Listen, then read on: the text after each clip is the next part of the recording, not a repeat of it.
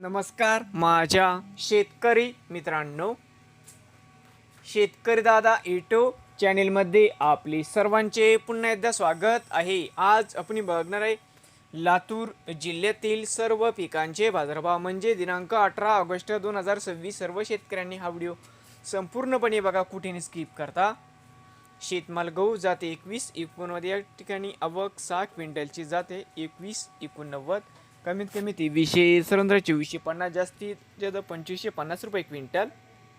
शेतमाल ज्वारी आवक 1 क्विंटलची कमीत कमी 5501 रुपये क्विंटल।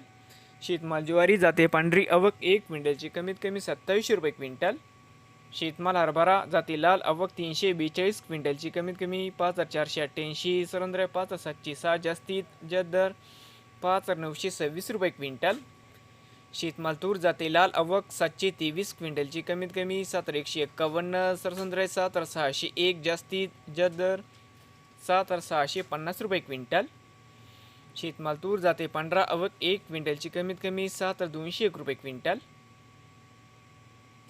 शेतमाल करडई जाते सफेद आवक 177 क्विंटलची कमीत कमी 4400, सरंद्र 5500, जास्तीत जास्त 5610 रुपये क्विंटल।